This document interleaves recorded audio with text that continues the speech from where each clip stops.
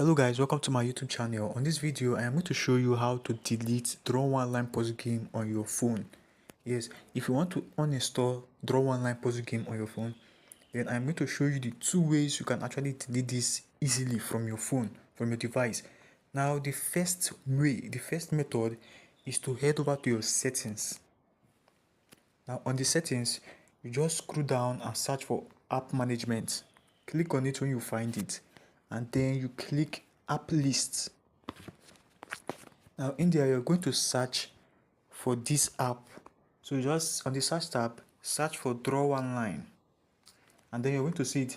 Then click on it when you find it, and then you scroll down, and then you're going to see uninstall at the bottom.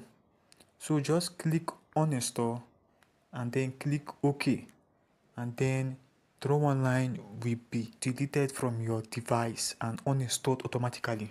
So if it does not work this way, then there's another way you can actually delete this app from your device. Now the second method is to head over to your Play Store.